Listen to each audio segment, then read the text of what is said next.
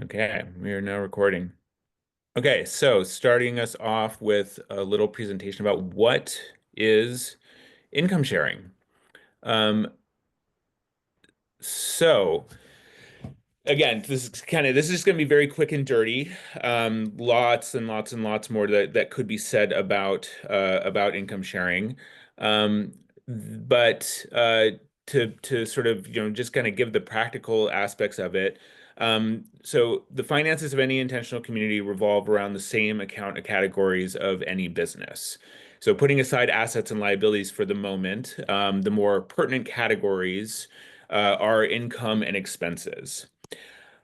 So one of the ways that I like to try and explain income sharing is to sort of distinguish it with against expense sharing. And so pretty much every intentional community practices some degree of expense sharing. Common shared expenses are rent or mortgage, property tax and insurance, rent, maintenance, and supplies for common facilities, shared food, cleaning supplies, tools, toilet paper, utilities, internet. And then, somewhat less common, but certainly also very possible are, vehicles, vehicle sharing, clothes sharing, toiletries, maybe a little more common, medical supplies, even healthcare, which, that is sort of veering us more towards what income sharing communities tend to practice, but also, of course, could be done as an expense sharing community as well.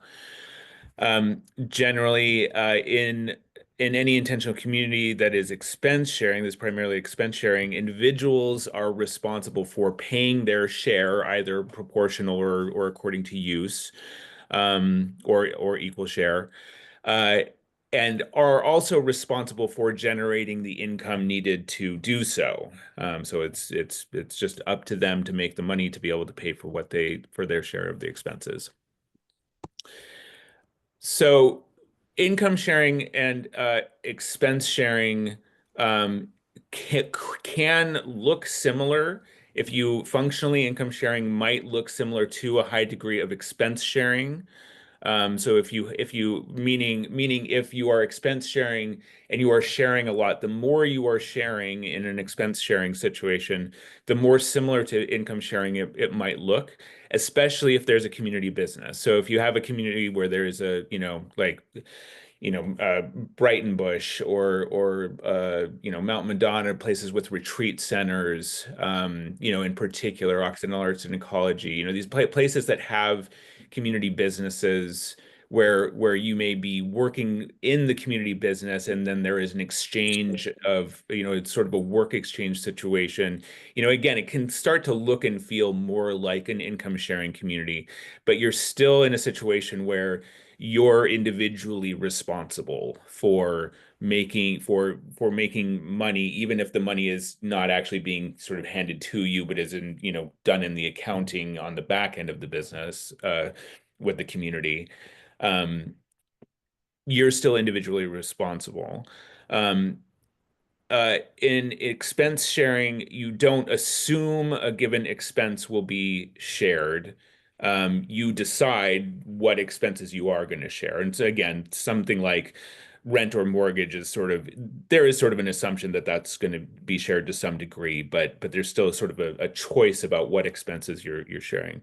Whereas income sharing, the sort of fundamental different approach is that members are taking responsibility for meeting their needs collectively, and that generally, you more start from the assumption that expenses will be shared, um, including potentially in what are more sort of typically personal expenses, amenities, that sort of thing. So members take responsibility for meeting their needs collectively, including responsibility for generating the labor and money needed to meet those needs. So it's again, as opposed to it being individual responsibility to pay for your share, it's a collective responsibility, including the responsibility for generating the economic resources to meet the needs collectively. So why income sharing?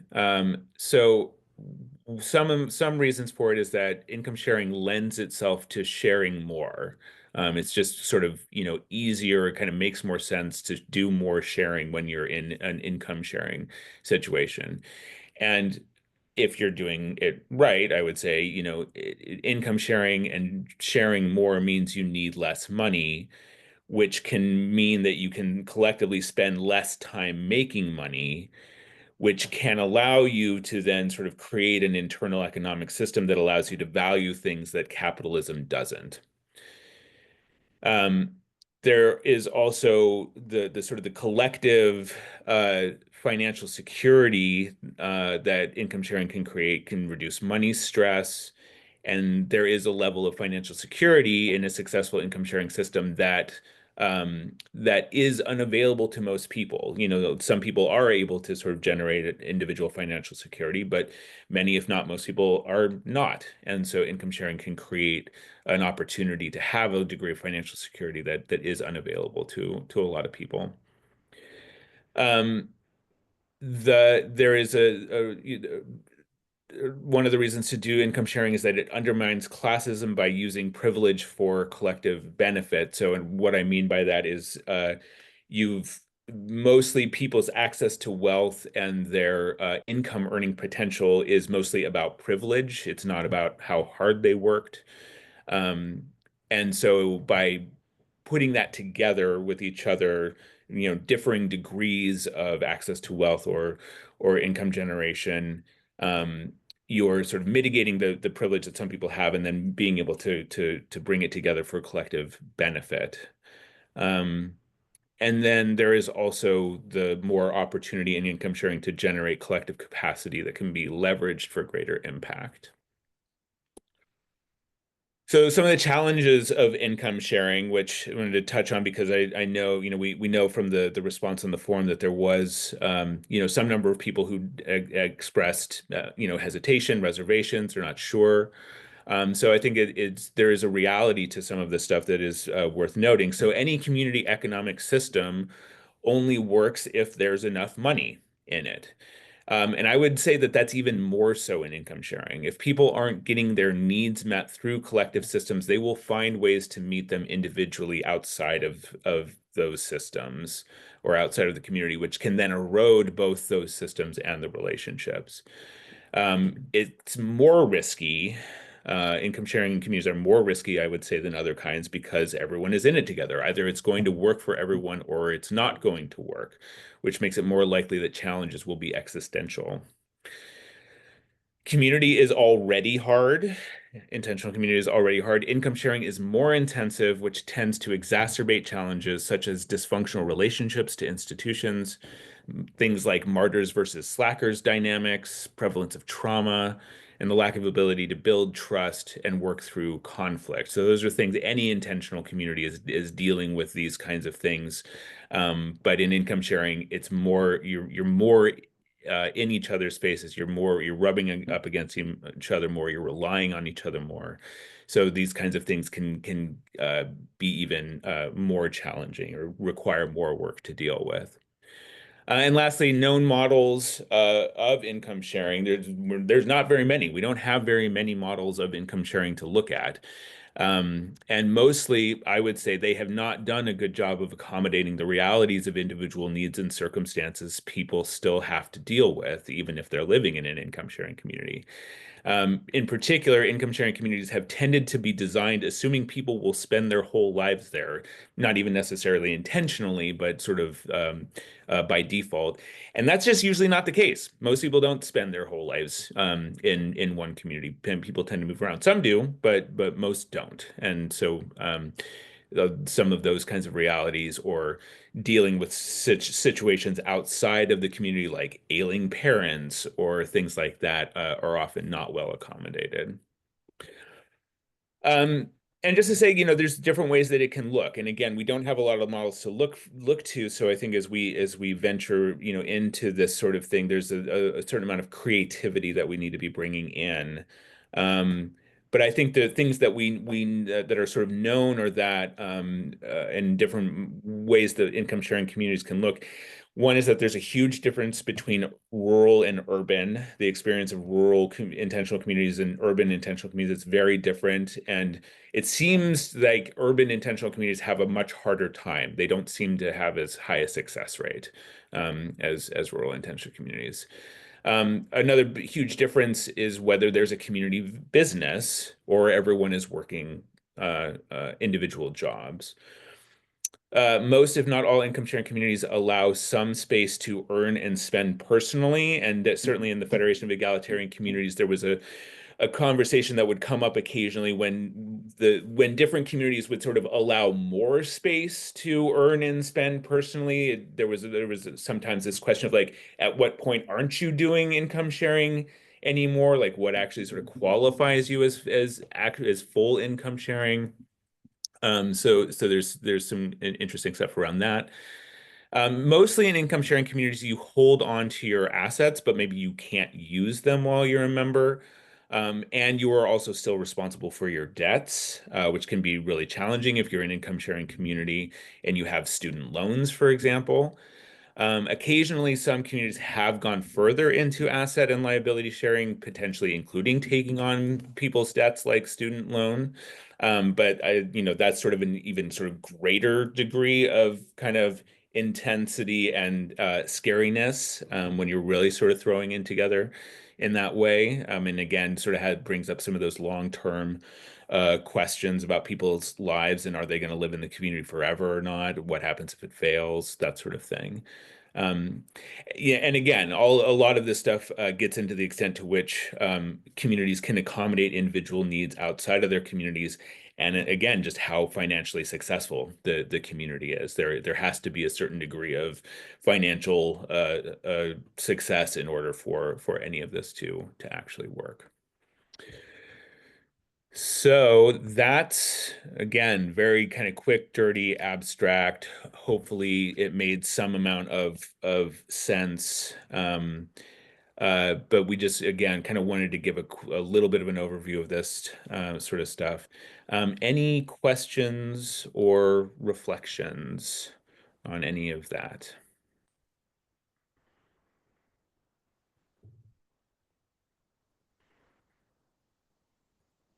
I have one. Yeah. Um, we took Maggie and I took a tour of Twin Oaks. Are they income sharing or not? Because we got Yes. okay. They gave a pretty extensive explanation of how they do things. Yeah. Twin Oaks is definitely an income sharing community. Resource sharing be considered an income sharing community or not? Say the first part. I missed the first part of what you said. Would a resource sharing community, would that be considered an income sharing community or not really?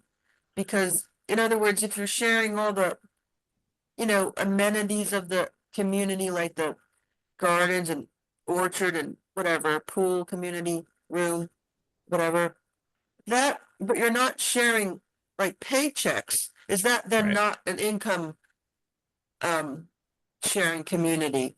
I guess I'm asking, is a resource sharing community a different animal? Or is that part of I'd like some clarification, basically, that's my question. Right. I think if I understand what you're asking, I mean, I think this gets into the distinction I was trying to make between expense sharing and income sharing. So in both cases, it's all resource sharing. Intentional communities, there's sh sharing is core to all of it. There's resources being shared in any kind of intentional community. I think the main difference is, are people individually responsible for generating their own income to pay for their share of the resources that are being shared, the expenses associated with the resources that are being shared? Or is the community taking collective responsibility for generating the income that then pays for the shared expenses of getting all of their needs met? So I think though it's more that kind of level is depends on where you're coming at it from. Sky, can I add something? Please. Yeah, and I guess I would say like I've been a part of a lot of different kinds of communities and have gotten to know a lot of them, and resource sharing can be everything from there's a shared piece of property that everybody's putting money into, and everything else is independent. People build their own homes, they're feeding themselves, they don't do much meal sharing. Over to like at Dancing Rabbit Eco Village, like that's very high resource sharing. There's a car co-op and you can't own and operate a personal vehicle. There's a big common house. There's a lot of shared gardens. There's a lot of eating co-ops that are part of it. Almost everybody is eating collectively and combining money for those, but there's no central bank account that all of that stuff is getting paid out of. There's a bank account that like money dues get put into. So there's often like dues or like some amount of tithing happening. But if there's not a central bank account where everybody's income is flowing into and everybody's needs are coming out of, it's not really going to be income sharing. Yeah, thank you. Okay, thank you. That made it very clear. Awesome.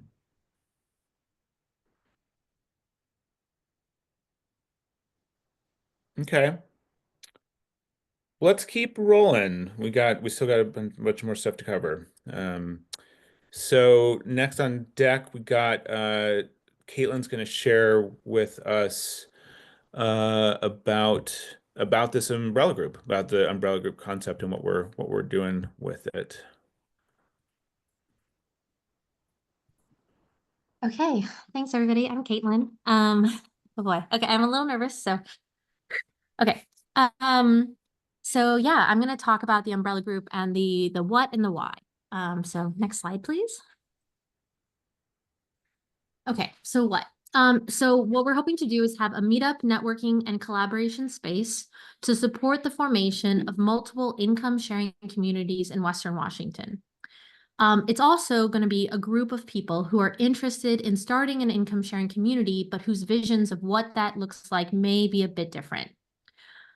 We're focusing specifically on Western Washington. We think it's a large enough region to have a solid base of people and potential multiple communities, but also small enough that we can still maintain networks and relationships and in-person relationships between communities, and that we can really share and collaborate in many ways.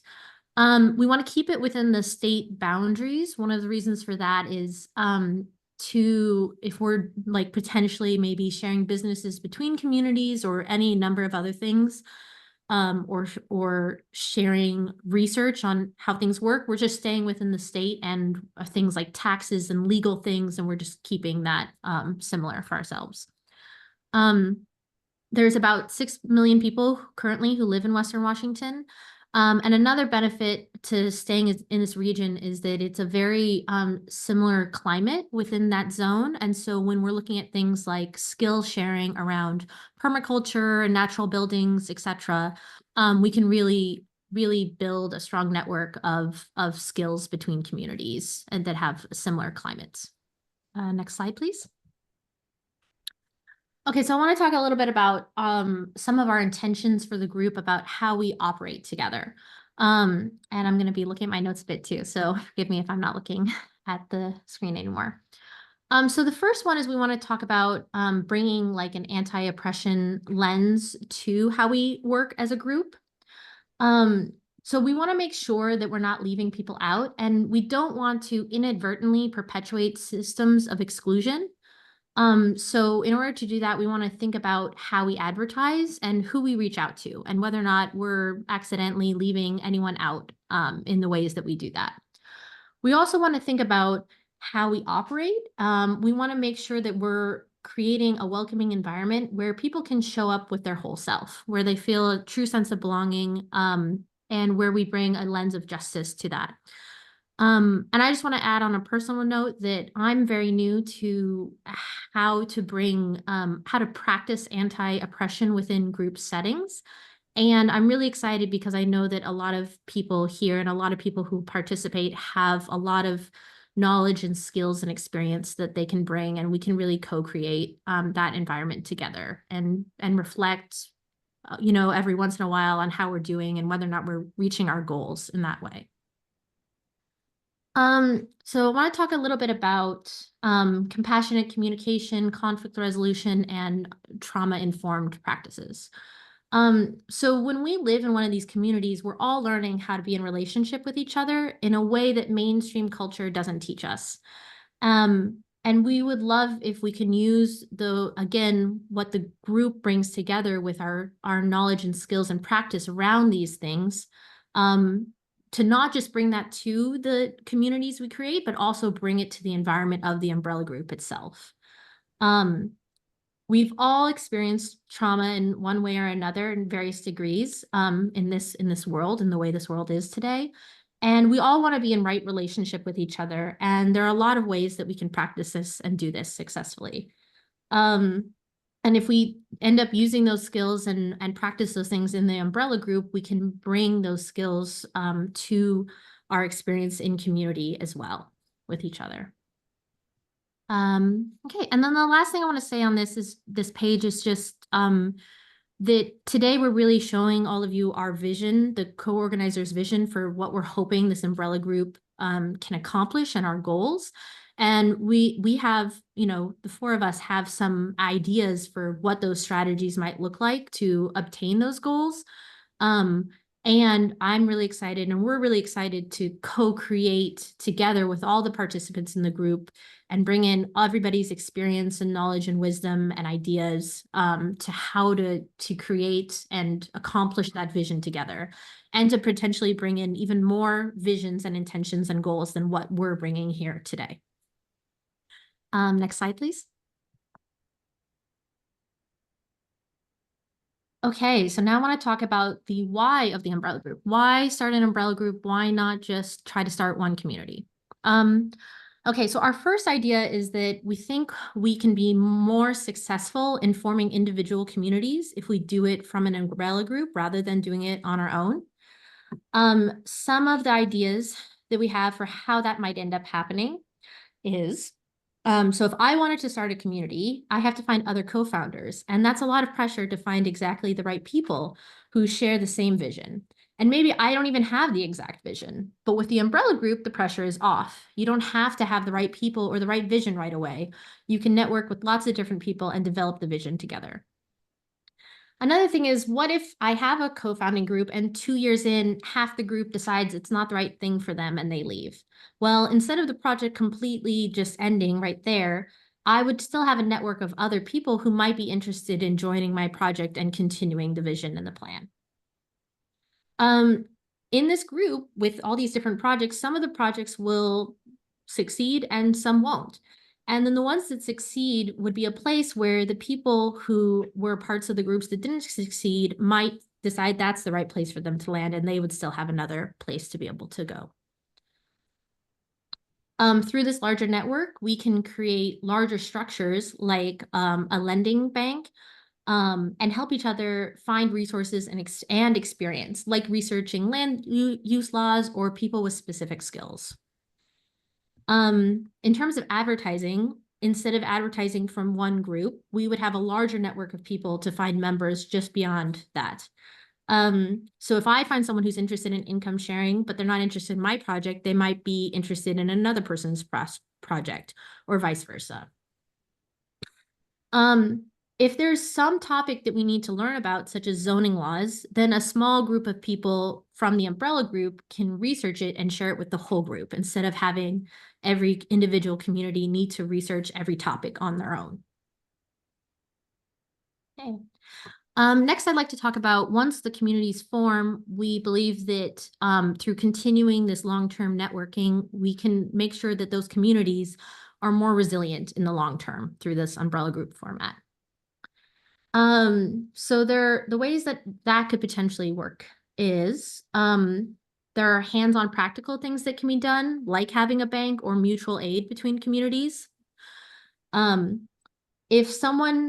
If I decide that a community is no longer the right fit for me and I really need to leave, but I'm still interested in living in an income sharing community, then I would have other income sharing communities in the same region that I could potentially end up moving to.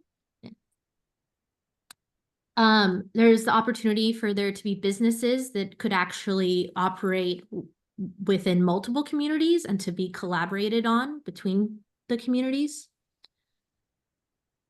Again, just as time goes on and as communities, people move out and then they need new people to move in, through continuing advertising and networking between the communities and in the larger region, there would be more opportunity for more people to be interested and become familiar with income sharing and move in when there's space that opens up in communities.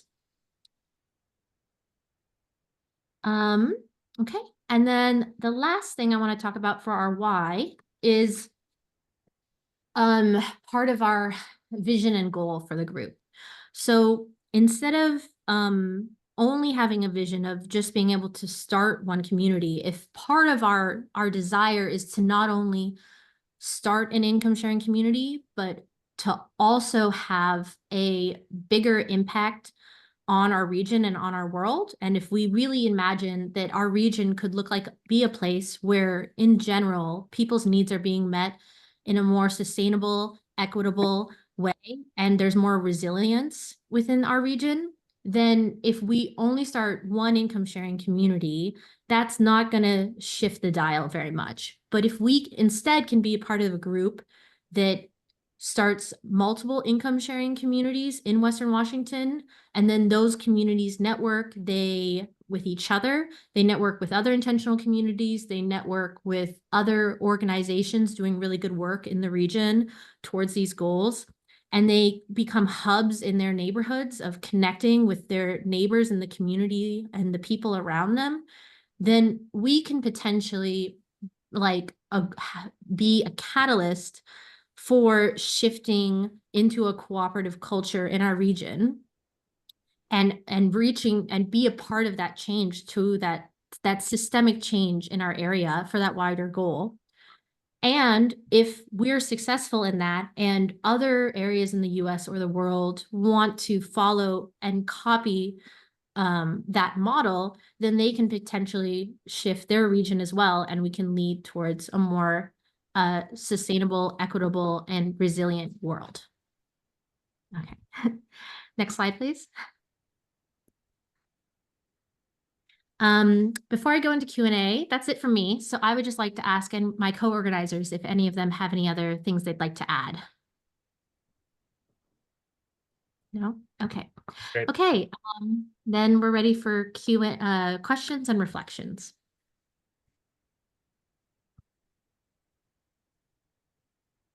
Do we just jump in? Yeah, go ahead. I'm excited about that last part, especially. I took lots of notes, but the bigger impact is very much where, well, for those of you that were not in our breakout room, myself, Luciana, and Maggie are all part of a group that's got a vision statement that's very large globally, networking with lots of intentional communities across the country is the long-term goal. And I very much agree that it would create more of an impact. One of the things that we talked about early on was, there's obviously intentional communities out there already. So why hasn't the world shifted? And I think that your last comment pretty much speaks to that, because it's here and there. There's not enough substantial impact happening, but the world, I think, is ready. There's a lot of people that are like, I'm over it. So I'm very excited about that piece of what you shared, and I just wanted to share that. And then I had a question, but it's not coming to me, so I'll let somebody else go, and if it comes in, I'll let you know. Thanks.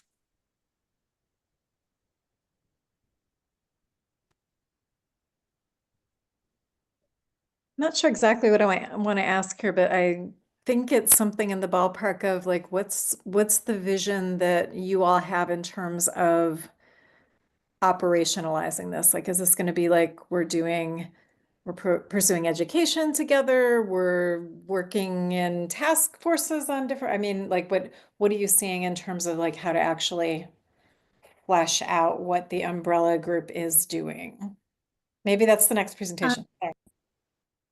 Well, so I'm curious if you mean like what it's doing in terms of successfully starting the communities, or you mean what it's doing in terms of systems change or something else? I think a little more nuts and bolts. I mean, I'm totally bought into like, I think this is a good theory of change for getting systems change happening in the region. I think that part makes sense to me. I think it's more like what would we actually be doing together as part of the umbrella group, distinct from starting our individual communities.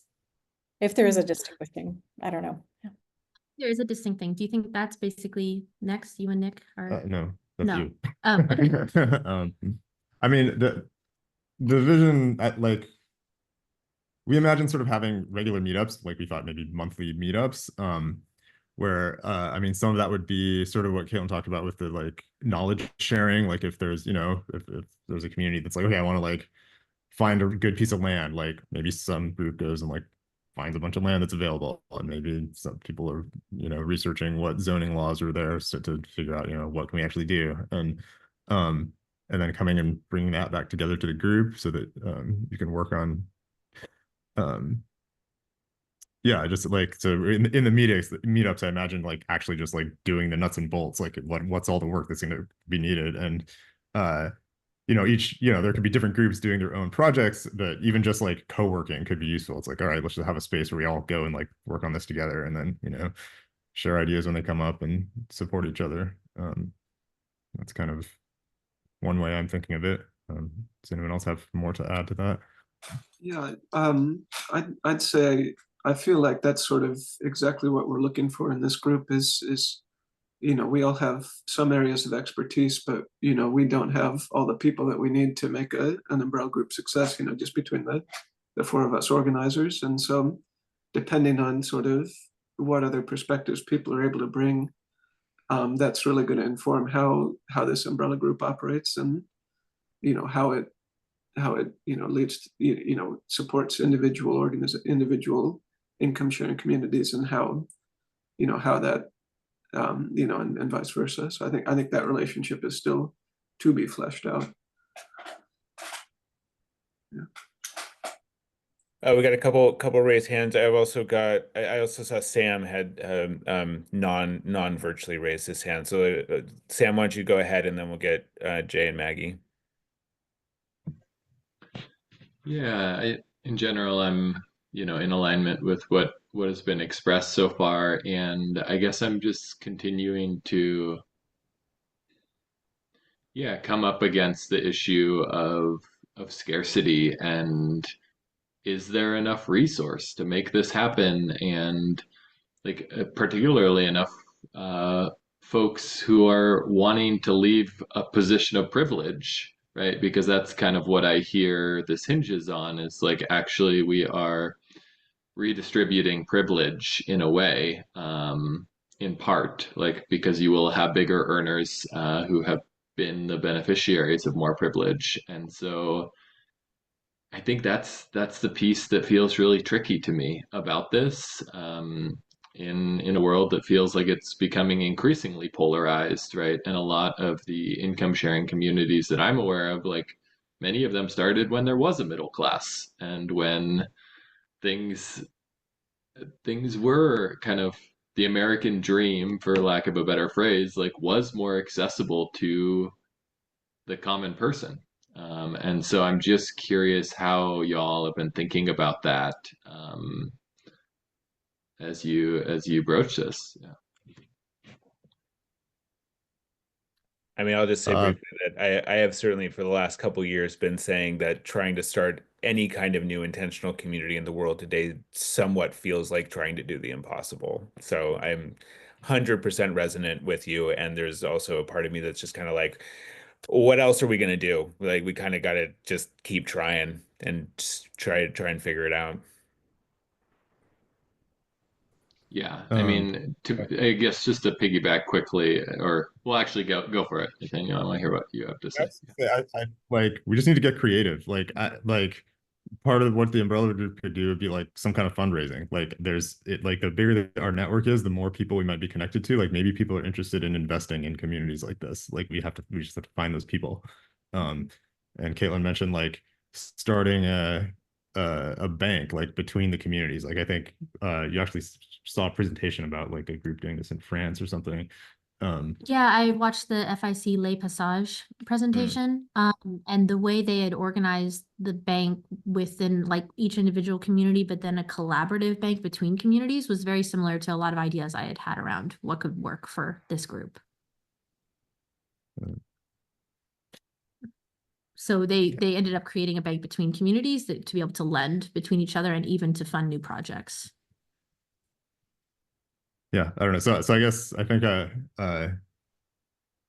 yeah, it's like times are tough, and there's lots of people out there who have resources, and can we figure out how to get them? Like, I don't know. So And yeah, I guess that's my point, right? Like that feels like the most critical function to me as I like think about this is like, how are we kind of like radicalizing people who have resource, or like how are we effectively reaching people who, you know, I think about San Francisco and some of these places who have worked for yeah, big tech companies, but like might actually be fairly liberal, right? And might actually, you know, I think about Esalen as another place that kind of like opened people up, and they're like, oh, okay, wait, there's more to life. So I don't know. I'll stop. But Let's go ahead and bookmark this, because I think it's definitely a big thing that we're going to be wrestling with on an ongoing basis. But yeah, it's a good acknowledgement for sure. Like, this is a pretty fundamental piece of the puzzle that we're going to have to be sorting out. Jay. Yes. Hello. Thank you. I'll go reflection, and then I'll go appreciation, and then I'll go question. So reflection, just off Sam's point, I want to just ground myself in honoring your perspective and how that is the nuts and bolts of the reality that we're looking at right now. And also, I would say we know where that leads, that perspective, right? Like, I think that, yeah, times are super hard right now. And in looking at it from one perspective, that might be seen as hard to motivate people to want to give up privilege. But I think from another perspective, times are hard right now because the way that we do things doesn't work, and it doesn't work for the whole world. And I think that people are starting to realize that. And so I think it's more about, I think people are going to say, hey, I want to be a part of change in the world to transform this into a new reality, a new way of working, where we will collectively manifest this positive vision of the future. So that vibration is out there. People are thinking that. People are looking for that. And so I think it's less about, oh, how do we convince these rich people? It's more, how do we communicate this vision of a positive future where everyone can have enough? And I think that's all that you got to do, and people will connect with that. So that's a reflection. Appreciation. Caitlin, you did great. That was awesome. That was a beautiful presentation. That was wonderful. It was very resonant. I loved it. I really understand the power of the supergroup. And then the question, in this actual real thing that's happening right now, how many existing communities are there? And then how many potential forming communities are there? Yeah, so in terms of how many existing income sharing communities in Western Washington that there are, as far as I'm aware, there's 0. Yeah, big 0. There have been ones in the past, even recently too. So I'm not 100% sure on that, because, you know, sometimes there's always a community can exist that you're not really very aware of, but as far as I'm aware. In terms of how many communities form, I mean, you know, the sky's the limit. I don't know. I want a bunch to form. So I guess since this is our first one, we don't have any co-founding groups that are currently operating that we're aware of, since this is our first meetup. And I'm hoping that out of these meetups today and future ones, there will be co-founding groups that form, and we'll see where people's interest lies and how many people and, you know, how many groups we can form out of that. I would just add to that I think there are, you know, maybe a couple possibilities of like conversions. You know, it's not impossible that the community that I'm part of right now could at least move in the direction of having a subgroup, an income sharing subgroup. There's another community, new community that we've been talking with the folks at, and they have interest in like kind of converting more to that. So I think that's another thing that we hadn't originally sort of anticipated, but we're starting to see, oh, there might actually be existing communities that maybe want to convert, and so that there's some possibility there as well. Maggie, and then Callie, and then I kind of want to keep we got one more kind of presentation sort of thing to go through, so kind of want to move on after that. Yeah, go ahead, Maggie. Okay, hello, thank you. Yeah, I really enjoyed that presentation. It explained a lot about your why behind it. I like that part. I actually have two questions, and the first question may have already been kind of answered here, but I am wondering what you envision on how to fund this super group, and do you see the individual communities paying in some kind of due monthly to them in trade for a benefit of shared resources? You mentioned the research aspect of it. I don't know, perhaps there's shared accountants, attorneys, I don't know, whatever you've been thinking about.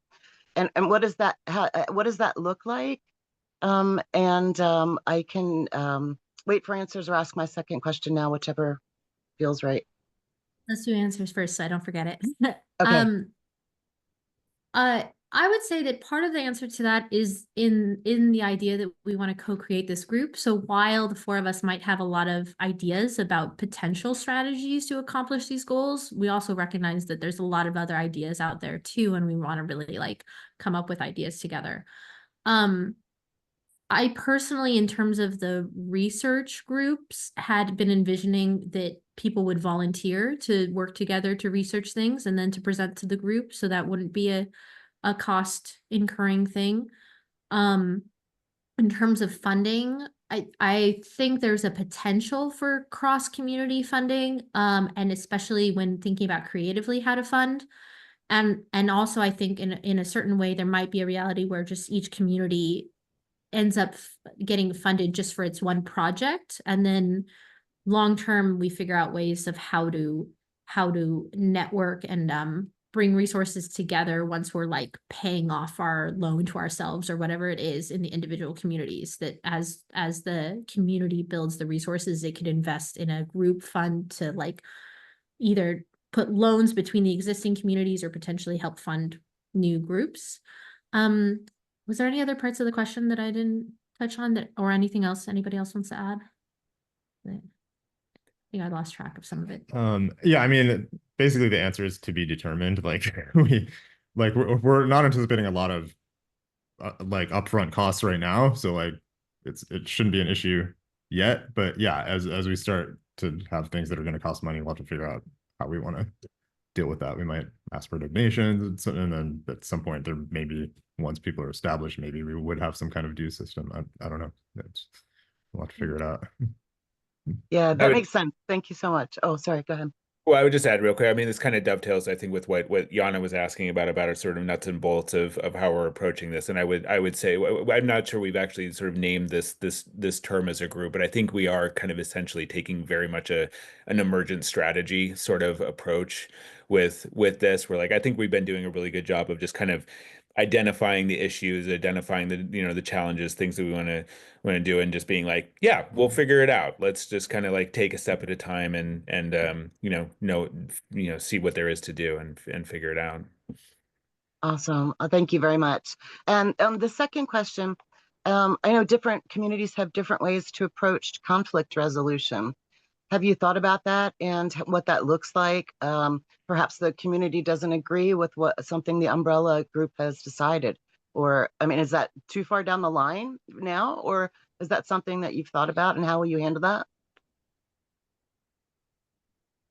I guess one thing we didn't mention, well, we kind of mentioned it, but it was another function of the umbrella group is like kind of a learning space where, we've imagined like we could have like trainers come in to like teach different kinds of conflict resolution. And I mean, that's an interesting idea of like, is there going to be conflict around what kind of conflict resolution we use? But I mean, not all the communities are going to have to use the same practices. Yeah. But hopefully they're in enough alignment that like whatever we do in the umbrella group, like people can get on board with, and then like in the individual communities, like people can, you know, tailor it to whatever they need to do. Any other thoughts on that? I mean, yeah, I think that's a kind of a key general concept, is that if we're like saying for this umbrella group, we're like outlining certain parameters and visions and goals, right? So if we're saying income sharing, Western Washington, intentional communities, like mission focus on systems change, movement building, then the individual communities, like operating within that parameters, there's so many different ways they could choose to do stuff on their own, you know? So I think there's just a lot of room for each community figuring out how that lives for them, and then they can collaborate with the other communities through the umbrella group. Okay, thank you so much. I'll add to that. I think a lot of it, the way we're thinking about it, is in the umbrella group, how we sort of build and tend to our relationships with each other and our culture, and like just making sure that we are tending to this sort of stuff as we develop it, so that when conflict comes up, that we can deal with it. Like we can embrace that, not shy away from it. Okay, Callie. Yeah, just having listening to what y'all are saying, and also having visited probably over 20 different communities, lived in some, I feel like trying to get people who have a lot of privilege to like give disproportionately is creates just so many problems. And I guess one of the things that I would be really excited about, Kari mentioned, was like having a business as kind of a base for it, like a cooperative business that focuses around you know, activism or healing, or something that's a contribution to the community, that is a well thought out business that would definitely provide income and be like a plus, rather than you're giving something up, or you're in this fear scarcity, but like it's actually like a double win, you know, that you actually have this sustenance that's reliable, and you're making more money, but or like more sustenance, and then also joining a community. So I would be particularly interested in like a section of, you know, like maybe like co-creating a cooperative business that intended to become a community also.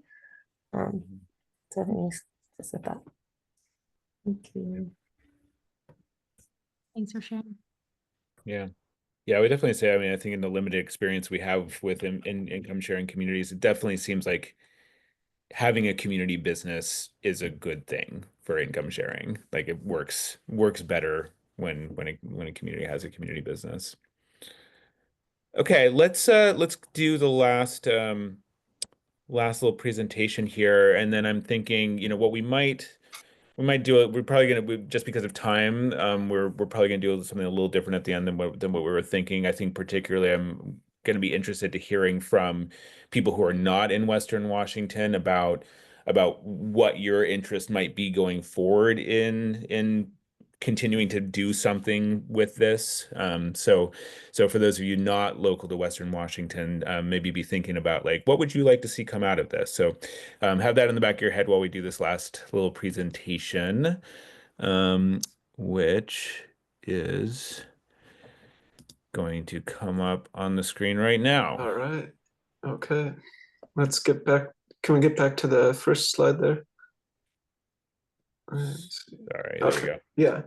Okay, so this is going to follow up on Caitlin's presentation, and Nathaniel and I are just going to dig down into that question of how we envision our impact on our region and on the world, and how you know, specifically through the use of an umbrella group.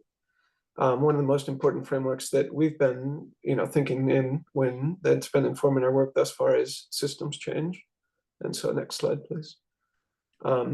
So I'm going to briefly describe what we mean when we talk about systems change as a framework and as a goal, as well as related ideals to systems change. And then I'll turn it over to Nathaniel, who's going to explain how the systems change framework informs our target of an umbrella group. And can you go, I think, 2 slides forward now? Who's Let's this? see. Yeah, okay. So systems change is a form of social and political analysis based on systems theory. Systems theory, if you're familiar with it, it's probably through 1972's Limits to Growth, which is sort of the classical example. But systems theory acknowledges and attempts to model complex nonlinear relationships between components of a system, as sort of demonstrated by that graph on the right. And so, for instance, here this graph is showing how complex and nonlinear different elements affect and predict, or can be used to predict, the trajectory of humankind. Next slide, please. So generally speaking, most applications of systems theory acknowledge, the very close interrelationship between the Earth system and then the, subsystems of economy and society, politics, or culture that exist within that greater system. For the purposes of our group, we would describe our understanding of systems change as a goal with the following phrasing. And so next slide. Directing the development of material and social conditions through means other than pre-existing systems. So as you can tell, our basic assumption is that pre-existing systems that are currently directing social material conditions are not capable of creating the sorts of change that we need to see, or that we would love to see in the world or in our region. Given the deteriorating material conditions that we're all facing and the social consequences of those deteriorating conditions, we believe that whatever power existing systems may have to enact change is only going to be continually eroded. Next slide, please. So when I think of these issues, I think of the term polycrisis, which describes the interrelated and interdependent issues that we are dealing with now, and that we can expect to be dealing with shortly in the future. Things like plateauing energy availability and increasing energy costs. Next slide. Higher cost of living and deteriorating natural and built environments, loss of social resiliency and cohesion, and simultaneous rising inequality, oppression, and fascism. Okay, yeah, go ahead, next slide. So as these material and social conditions continue to deteriorate, we're constantly exposed to the limitations of the institutions that we rely on to protect us, or maybe in the past people relied on to protect them. We believe that a continuation of business as usual is liable to result in something that none of us will be happy with, which is why we here are searching for alternative modes of directing social and material development. Next slide. Now, as we've seen, through that Q&A, we're far from having all the answers in the short term. But our hope is that our shared understanding, or our shared understanding, based on the 4 of us, is that, this is a change that has to begin from the bottom up. And our best hope of inciting widespread change is endorsing and attempting as many different, potentially complementary models as we can. So with the idea that maybe one community might not catch on, but might try some ideas that would inspire another. So that's part of why the umbrella group. But in order to do that in a way that we hope will lead to good outcomes, we just want to be very upfront about what our moral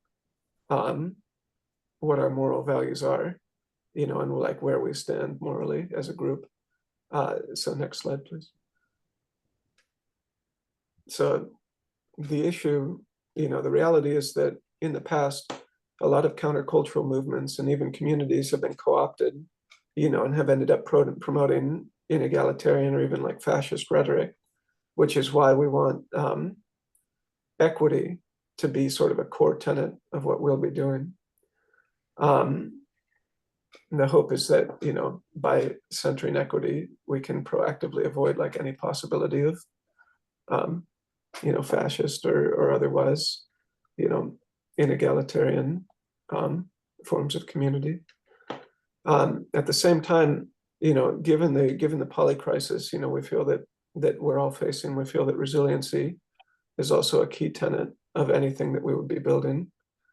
And while these two things are sort of our bedrock beliefs, we also want to acknowledge our own privilege here in the US and our own capacity for unwitting destruction.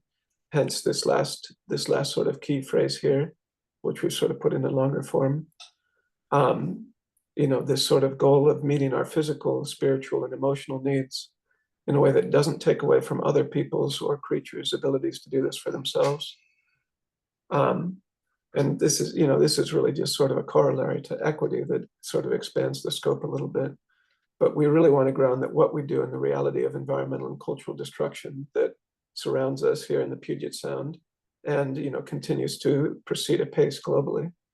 And just recognize that even if, you know, an individual community is able to create a comfortable and internally equitable space for its members, if it relies on the destruction of the natural world and the exploitation of people in other areas, you know, we need to recognize that that is not a solution, you know, and that is not going to lead to the systems change that we hope to engender.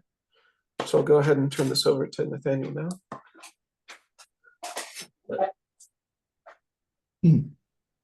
Yeah, so that sort of outlines why we want systems change. And it sounds like a lot of you are kind of on board already on like thinking this umbrella group is a good idea, but just to kind of go into some details. I mean, we're kind of starting from the idea that individual action is insufficient. You know, like you hear, like if everyone recycles, everybody vote, whatever, then, you know, that'll change things. But that's not going to change things. As Nick was saying, that's working within the existing systems. Next slide, please. So I think we're all here because we're interested in communities. So that if we shift to communities, then we're sort of getting away from that individualistic mindset and thinking more of sort of collective solutions. And it like in these communities, we can create a new culture. We can create new equitable social systems, especially if we do income sharing. We can, you know, we can do a lot of resource sharing and reduce our ecological footprint. But perhaps more importantly, in the income sharing communities, as Skye alluded to, we can create gains in efficiency so that we can increase people's capacity to spend time on organizing, movement building, strategizing, et cetera, so we can actually start trying to shift these systems that are making us all sick. Next slide, please. But also like doing that within one community is still you're still connected to all the destructive systems that are supporting that, all the supply chains and the, you know, exploitative labor and everything. And the community scale is not large enough for these gigantic global problems. And so the real power in coming together in community is to use our collective voice and our collective energy to advocate for change. And next slide. And the more people we have, the more powerful we are. So that's why we're focusing on this umbrella group scale. And yeah, so we think this regional scale is kind of a good, it's big enough that we can have a real impact in this region. By organizing this umbrella group, we're kind of practicing our organizing skills. We could maybe use those to do more organizing of different activist groups. You could go advocate at the political level. And so just this group can help us build those skills to actually do the activism we need to do. And eventually shift the economy and politics in this region and hopefully have wider reach if people are interested in what we're doing. Next slide. So that's kind of why we're doing it at this umbrella group scale. But then there's a flip side of it of, well, why should communities bother to do this systems change work? Like, won't that just be kind of another thing like that's hard to, you know, it's already hard enough to get community going, like this is adding another layer on top of that. And I would argue that this could actually be a positive thing for the communities that could actually help the communities survive, like, because the fundamental thing is people need to have a purpose. I mean, a lot of the communities out there are religious, for example. Like, why is that? People want to have like a larger thing that they're invested in. if sort of this global systems change idea is one of the fundamental pieces, like the fundamental reason for the existence of the community, then that provides a reason for people to keep putting energy into it. Like often there's a lot of energy at the founding stage because you're doing this exciting new thing, and then the community becomes just kind of a nice thing that's there and it needs to be maintained, and that's like not as exciting. But if you have this larger purpose of like, no, we need this community to stay here because we're still actively engaging in like creating change, then that could provide energy for people to like keep wanting to support that. Next slide. And then similarly, like, so that's kind of at the community level. And then if all the communities are part of the umbrella group, then each community knows it's part of this larger systemic effort, which then it's just another another level of that. Then you can know that even though you're just one community, you're like part of this larger network that is pushing for change on a larger scale.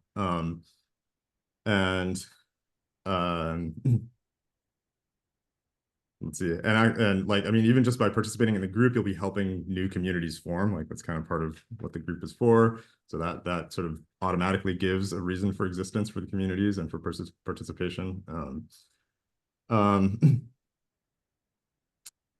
And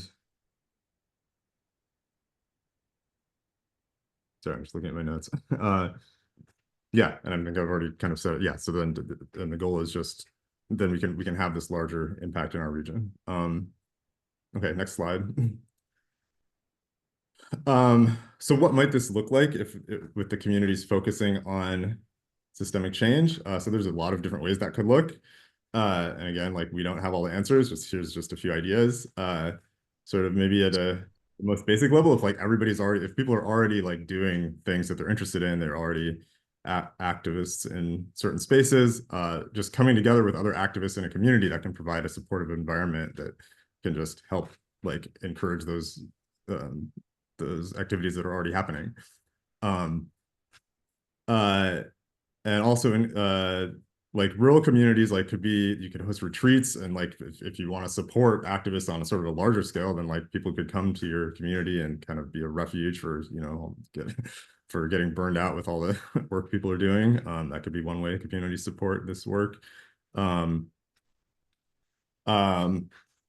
also kind of envisioning the communities collaborating together and like sort of focusing on like, well, what is the economy in this region? Can we like try to figure out how to get more local, sustainable, healthy food available to more people? And like, can we collaborate with farms and sort of strengthen that that part of the economy? Can we maybe like advocate for universal healthcare in the state? Can we, you know, we can sort of work on tangible things that could make our lives better and make everybody's life better in this region.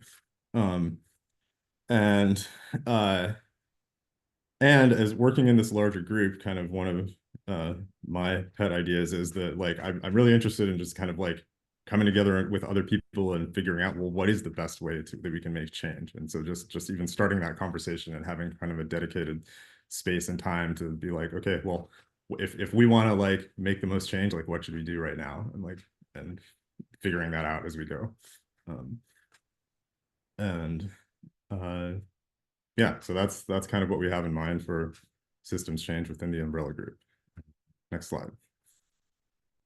So does anyone have any questions or reflections?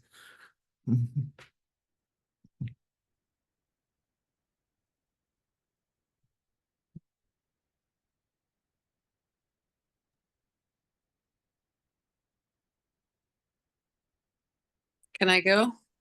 Go for it. Okay, yeah, I just wanted to say I'm super stoked. I just find it very encouraging. You guys have obviously thought this through. And I don't know, it's making me excited. So I feel like life is difficult no matter how you exist. So I would prefer to exist with a deeper sense of meaning than mucking around in the midst of the system where I just feel like a cog in the wheel. So if there's going to be trouble, and we all know there is, then I'd prefer to have it the trouble I choose than the trouble that meets me because I'm just functionary in a system. So thank you for this. I really appreciate it. Thank you. Thanks, Lisa.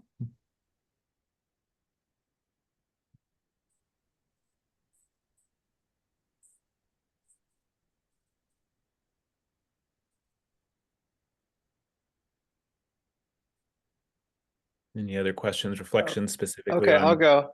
Yeah. I also was very enthused and excited by your presentation. There's a lot of that resonates with my own personal journey into the community space. And it was just really cool to see it reflected back, and especially in perspective of system change. I never had that particular vocabulary or lexicon around my ideas, so that was really interesting to see.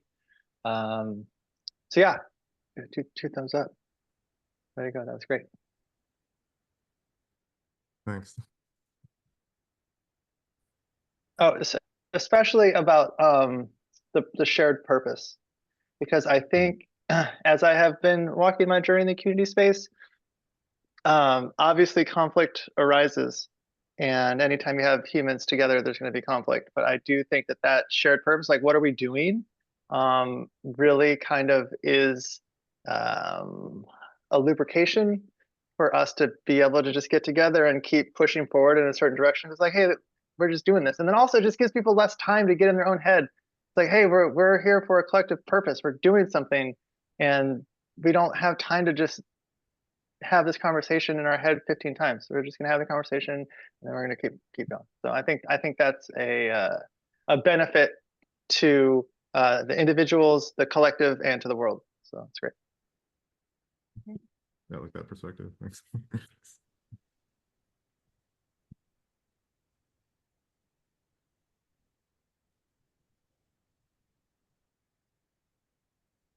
Okay, any other questions? So I did want to go back to the query I have for the people who are not in Western Washington in a second, but before we go there, any other questions from anything of all the presentations we did, that you wanted to address?